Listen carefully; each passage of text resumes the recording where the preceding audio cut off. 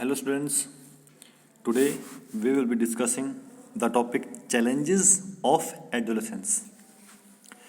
Adolescence adolescence का basic मतलब ये है कि लाइफ की वो स्टेज जब हमारे अंदर प्यूबर्टी का ऑनसेट होता है, हम सेक्सुअली मैच्योर होते हैं और हम फिजिकली कैपेबल हो जाते हैं रिप्रोड्यूस करने के। तब से हमारी जो एडोलेसेंस की जो एज है वो स्टार्ट होती है। मोटी मोटी भाषा में मतलब कि जब हमारे अंदर प्यूबर्टी अटेन हो हम कर जाते हैं तब हमारी एडोलेसेंस स्टार्ट हो जाती है। एडोलेसेंस की जो एज है ये सब में अलग अलग वेरी करती है। कोई बहुत जल्दी स्टेज को अटेन कर लेता है, किसी में ये stage later in the age start होती है। इस स्टेज की जब हम डेवलपमेंट को पढ़ेंगे तो यहाँ पे हम यहाँ की डेवलपमेंट को अलग अलग नज़रिए से देखेंगे, अलग अलग पॉइंट्स के अंदर देखेंगे। सबसे पहला आता है फिजिकल डेवलपमेंट। फिजिकल डेवलपमेंट नाम से पता लग रहा है कि फिजिकली कैसे एक बच्चा डेवलप करता है। यहाँ पे फिजिकली डेवलप करने में ना दो मेन पॉइंट हैं। बच्चा जब फिजिकली डेवलप करेगा तो उसमें सबसे एक चीज़ होगी प्राइमरी सेक्सुअल कैरेक्टरिस्टिक्स और एक होगी secondary sexual characteristics. Primary sexual characteristics ये वो हैं जो हमसे डायरेक्टली रिलेटेड हैं हमारे रिप्रोडक्शन के। प्राइमरी मतलब बेसिक, सबसे पहले कि एडोलेसेंस वो जो रिप्रोड्यूस करने के काबिल हो, अपनी ऑफस्प्रिंग को आगे बढ़ाने के काबिल हो।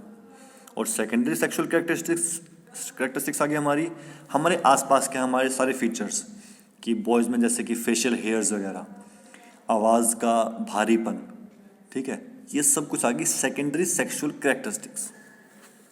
जो गर्ल्स में होता है, गर्ल्स में जो ये प्यूबर्टी की जो एज है ये स्टार्ट होती है जनरली जब लड़कियां मेंसेस को स्टार्ट कर देती हैं या फिर उनके अंदर मेंस्ट्रुएशन स्टार्ट हो जाता है।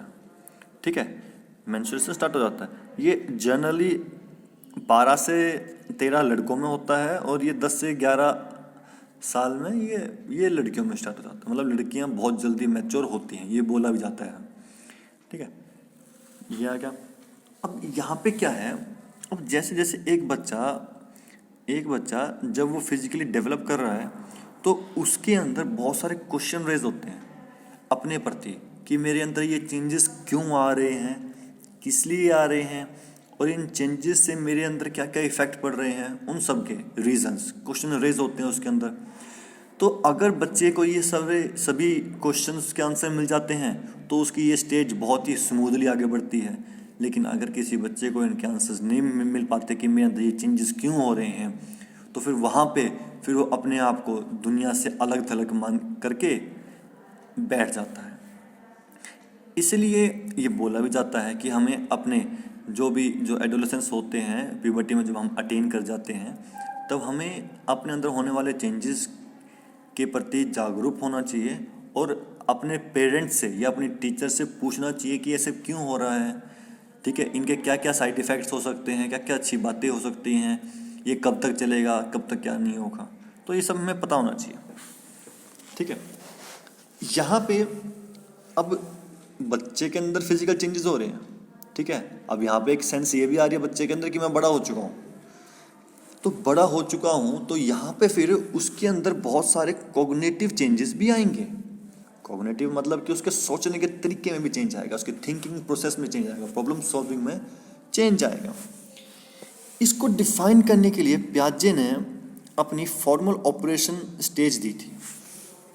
फॉर्मल ऑपरेशन स्टेज जो कि 11 से 15 साल तक की है, उन्होंने ये कहा था कि यहाँ पे बच्चा ना, जैसे पीछे वाली स्टेज में क्या था, कंक्रीट ऑपरेशनल, ठीक है, लेकिन बच्चा यहाँ पे कंक्रीट ऑपरेशनल से आगे बढ़ चुका है और वो एब्स्ट्रैक्टली चीज़ों को समझता है, रीज़न लगा के चीज़ों को सोचता है चीज़ों के बारे में। अब वो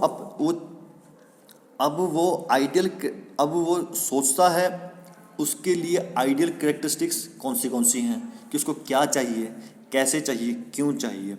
वो कंपेयर बहुत ज़्यादा करता है अपने आप को दूसरों से। दूसरों से मतलब कि किसी न किसी रोल मॉडल से कंपेयर करेगा या अपने दोस्तों से कंपेयर करेगा, उसको देख के कि उसके पास ऐसा है, मेरे पास ऐसा नहीं है। ठीक है, साथ साथ में यहाँ पे जब बच्चा जब सीख रहा है ना, तो यहाँ पे ट्रायल एंड एरर भी करके सीख रहा है वो। ठीक है, ट्रायल और एरर अप्रोच को अपनाता है कि चीज़ों को बार बार करता है, सही होती हैं ठीक है, नहीं होती तो फिर दोबारा से उसको करता है। ठीक है, सिस्टमेटिकली प्रॉब्लम्स को सॉल्व करने की कोशिश करता है। ये सब जो चीज़ें हो रही कि हम अपने आप को दूसरों से कंपेयर कर रहे हैं, इन सब चीज़ों के बारे में ना डेविड ने ईगो सेंट्रिज्म के अंदर 2 मेन पॉइंट बताए थे, जो कैरेक्टरिस्टिक्स हैं एडोलेसेंस की।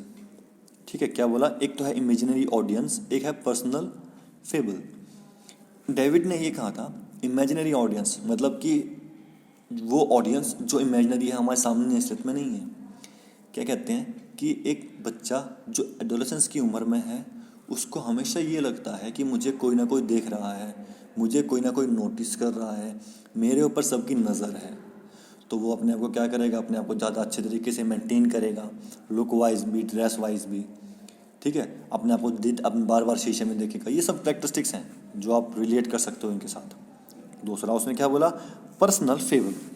पर्सनल फेबल ये बोलता है कि बच्चा ये समझेगा कि मैं एज एन इंडिविजुअल यूनिक हूँ, और मेरी जो यूनिकनेस है ना, मुझे सब बाकी दुनिया से मुझको अलग करती है। मतलब मैं अपने आप में यूनिक हूँ, और मुझको जो मेरी यूनिकनेस है ना, इसको दुनिया समझ नहीं पा रही। जनरली बच्चों के अंदर ये मिसकंसेप्शन आ जाता है कि मुझको दुनिया समझ नहीं पा रही, मेरी फीलिंग्स को नहीं समझती, मेरे सोचने के तरीके को, मेरे काम करने के तरीके को दुनिया समझती नहीं है। तो इस चीज़ को बोलते हैं पर्सनल फेबल। और इमेजिनरी ऑडियंस, ये दोनों ईगो सेंट्रिज्म के अंदर आते हैं। अगला इसमें टॉपिक आता है हमारा कि फॉर्मिंग एन आइडेंटिटी। अब आइडेंटिटी क्या है? आइडेंटिटी होती है कि आप क्या हो, आप who you are and what your values, commitments and belief. मतलब आप क्या हो, आपकी क्या वैल्यूज़ हैं, क्या आपका सोचने का तरीका है, वो आपकी आइडेंटिटी है। You your self is your identity. अब यहाँ पे ये देखा गया है कि जो बच्चे हैं, बच्चे जनरली अपने आप को ना कंफ्यूज कर लेते हैं किसी गलत आइडेंटिटी के साथ, या अपना एक गलत मिसकंसेप्शन बना लेते हैं अपनी आइडेंटिटी के साथ। यहाँ पे उनको आ जाता है identity confusion. According to Erikson, identity confusion आ जाता है, जिसकी वजह से क्या है, वो अपने आप को अपनी फैमिली से, अपने पीयर ग्रुप से, अपने फ्रेंड से ना अलग थलग करके अलॉफ होके बैठ जाते हैं। ये होता है आइडेंटिटी कन्फ्यूजन। आइडेंटिटी कन्फ्यूजन, अब इसका मेन कारण क्या है? मेन कारण ये है, अब बच्चा एडोलेसेंस में आ चुका है, तो उसको लगता है कि मैं इंडिपेंडेंट हूँ, मैं अपने काम सारे खुद से कर सकता हूँ। लेकिन वो एक्चुअल में बहुत सारी चीज़ों के लिए अपने पेरेंट्स के ऊपर डिपेंडेंट होता है कि मेरे पेरेंट्स मुझको पैसे देंगे तब मैं ये करूँगा, या मेरे पेरेंट्स मुझको मोटरसाइकिल देंगे तो मैं यहाँ जाऊँगा, मेरे पेरेंट्स परमिशन देंगे तब मैं घूमने जाऊँगा। वो इंडिपेंडेंस तो चाहता है, आज़ादी चाहता है, लेकिन साथ साथ में उसको वो मिल नहीं पाती। तो यहाँ पे फिर उसके अंदर आ जाता है आइडेंटिटी कन्फ्यूजन। उस आइडेंटिटी कन्फ्यूजन में क्या बच्चा रिएक्ट कैसे करता है कि वो अपने आप को अपने फैमिली से और पीयर ग्रुप से अपने आप को अलग थलग कर देगा, उनसे कटना चालू कर देगा, सिंपल भाषा में। ठीक है, तो यहाँ पे फिर इम्पोर्टेंट में ये आता है कि जो फैमिली और फ्रेंड्स उसको समझें और उसके साथ एक सोशल बॉन्डिंग बना के चलें। इनके साथ साथ कुछ एक और भी मेन पॉइंट्स हैं जो हमारे एडोलेसेंस एज से रिलेटेड हैं। जैसे कि सबसे पहले हमारा आता है डेलिक्वेंसी, फिर है सब्सटेंस अब्यूज़, और इसके आगे आगे हमारा आता है ईटिंग डिसऑर्डर। ठीक है, डेलिक्वेंसी होता है हर एक वो बिहेवियर जो सोशली अनएक्सेप्टेड है, ठीक है, इलीगल है, वो सब कुछ उसमें सारे क्रिमिनल्स एक्ट आ गए हमारे। ठीक है, जो सोसाइटी जिसको करने से रोकती है, हमें कहती है कि गलत काम है, वो सारे इलीगल बिहेवियर वो सारे आ गए हमारे डेलिक्वेंसी के अंदर। अब डेलिक्वेंसी में जनरली क्या होता है, ये वो बच्चे होते हैं जिनकी एक नेगेटिव सेल्फ आइडेंटिटी होती है, उनके अंदर ट्रस्ट की कमी होती है, उनके अंदर लैक ऑफ अचीवमेंट की एक सेंस होती है। ये सारे वो बच्चे होते हैं। उसके बाद फिर हमारा आता है सब्सटेंस अब्यूज़। सब्सटेंस अब्यूज़ मतलब कि सब्सटेंस किसी भी पदार्थ का अब्यूज़ होना यहाँ से रिलेटेड है कि उसका गलत तरीके से इस्तेमाल करना किसी भी चीज़ का, ठीक है, किसी भी सब्सटेंस का गलत तरीके से। इसके अंदर हमारे सारे ड्रग्स आ जाते हैं, हीरोइन, निकोटीन आ जाता है, हमारे इसमें अल्कोहल आ जाते हैं सारे, इसमें हमारा स्मोकिंग का आ जाता है। वो सारी चीज़ें जो सब्सटेंस हैं और जिनको अब्यूज़ करने से या फिर इस्तेमाल करने से हमें हेल्थ वाइज और हमारे साइकोलॉजिकल वाइज हमें नुकसान हो, वो हमारे सारे सब्सटेंस अब्यूज़ में आ गए, ठीक है। इसमें फिर और आखिरी टॉपिक क्या है इसमें हमारा, सब्सटेंस अब्यूज़ के बाद हमारा आता है ईटिंग डिसऑर्डर। ईटिंग डिसऑर्डर हमारे मेनली दो तरह के होते हैं, कि खाने से रिलेटेड डिसऑर्डर दो तरह के, एक होता है एरेनोक्सिया नर्वोसा और एक होता है हमारा बुलिमिया नर्वोसा। एरेनोक्सिया नर्वोसा और बुलिमिया नर्वोसा याद करने के लिए कैसे याद करोगे, बुलिमिया, बुल हट्टा खट्टा होता है, मतलब कि बिंज ईटिंग, मतलब बहुत ज़्यादा खाता है, हट्टा खट्टा है तो मतलब बहुत ज़्यादा खाता है। यहाँ पे कोई भी इंडिविजुअल बिंज या पर्ज ईटिंग करता है, बहुत ज़्यादा बिना सोचे समझे खाता है, उसको पूछोगे तो क्यों खा रहा है, क्योंकि बोलेगा मुझे अच्छा लगता है, ये आ गया हमारी बिंज ईटिंग, ठीक है, वो आ गया हमारा बुलिमिया।